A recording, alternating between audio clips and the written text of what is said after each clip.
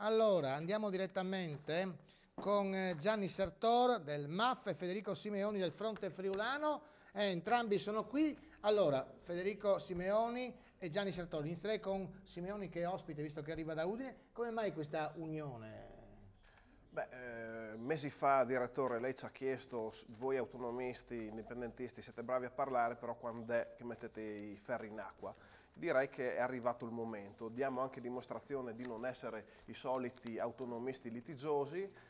Comincia a esserci un abbozzo di formazione politica e quindi è un progetto per le elezioni politiche del prossimo anno che è basato non tanto a fare attività politica ma quanto a dare risposte finalmente al territorio. Noi non vogliamo, siamo stufi di prendere ordini da Milano, siamo stufi di prendere ordini da Roma, vogliamo una classe politica, una classe dirigente che sia espressione di questo territorio.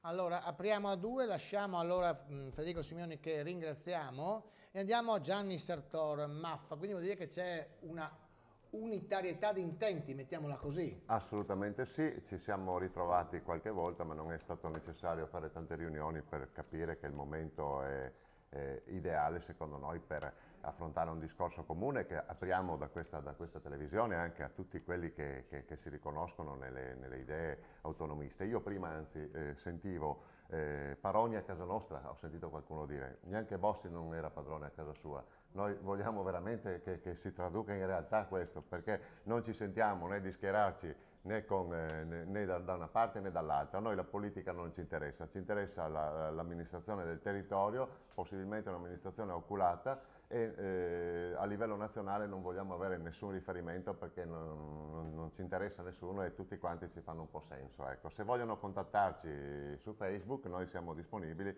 a cominciare questo percorso ed aprirlo anche ad altre formazioni che ragionano come noi. Gianni Sartor, MAF, Federico Simeoni, Fronte Friulano, avremo altre occasioni per averli con noi, magari Simeoni da Udine e Sartor da Pordenone, per capire se questa strada tracciata questa sera può comunque portare ad un traguardo.